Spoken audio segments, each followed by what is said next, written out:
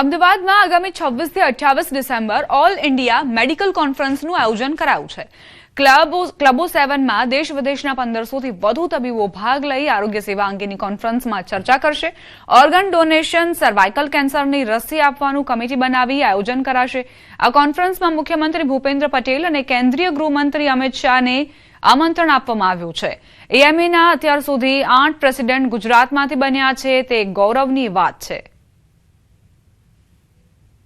તારીખ 26, 27 અને 28 ક્લબો 7માં વિવિધ કાર્યક્રમોને લઈ અને આ કોન્ફરન્સનું આયોજન થયું છે।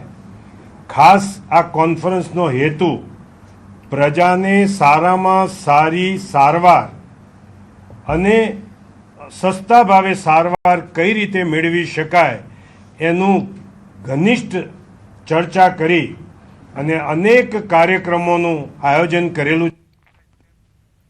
અમદાવાદમાં ઇન્ડસ્ટ્રીયલ વિસ્તારના રસ્તાની હાલત કફોડી બની છે। વિન્ઝોલથી વટવા જીઆઈડીસી 2 તરફ જતા રસ્તા બિસ્માર બન્યા છે। રસ્તાના કારણે વાહનોને અવરજવર કરવામાં ભારે તકલીફ પડી રહી છે। આ રસ્તા પરથી દરરોજના 5000 મોટા વાહનો પસાર થાય છે, પરંતુ રેલવે ઓવરબ્રિજ પાસે સાઈનાથ સોસાયટી તરફનો આખો રોડ તૂટેલો છે। વારંવાર અનેક અકસ્માત બનતા હોવાની પણ લોકોએ ફરિયાદ કરી છે। ઉદ્યોગો માટે ખાસ કરીને રોડ રસ્તા એટલે પરિવહન માટે સૌથી મોટી સમસ્યા અમદાવાદના વિંજોલ વિસ્તારમાં છે।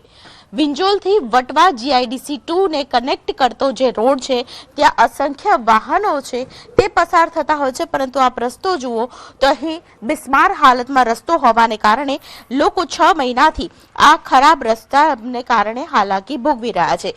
5000થી પણ વધારે લોકો છે આ રસ્તા પરથી પસાર થતા જોવા મળે છે। 6 મહિનાથી પણ વધારે સમય થઈ ચૂક્યો છે કે આ વિસ્તારની અંદર ખાસ કરીને આ મુખ્ય રોડ છે તે ખાડાને કારણે લોકો અહીં પરેશાન થતા જોવા મળતા હોય છે। કીચડથી ખદબદી રહ્યો છે, રોડ જાણે કે ગાયબ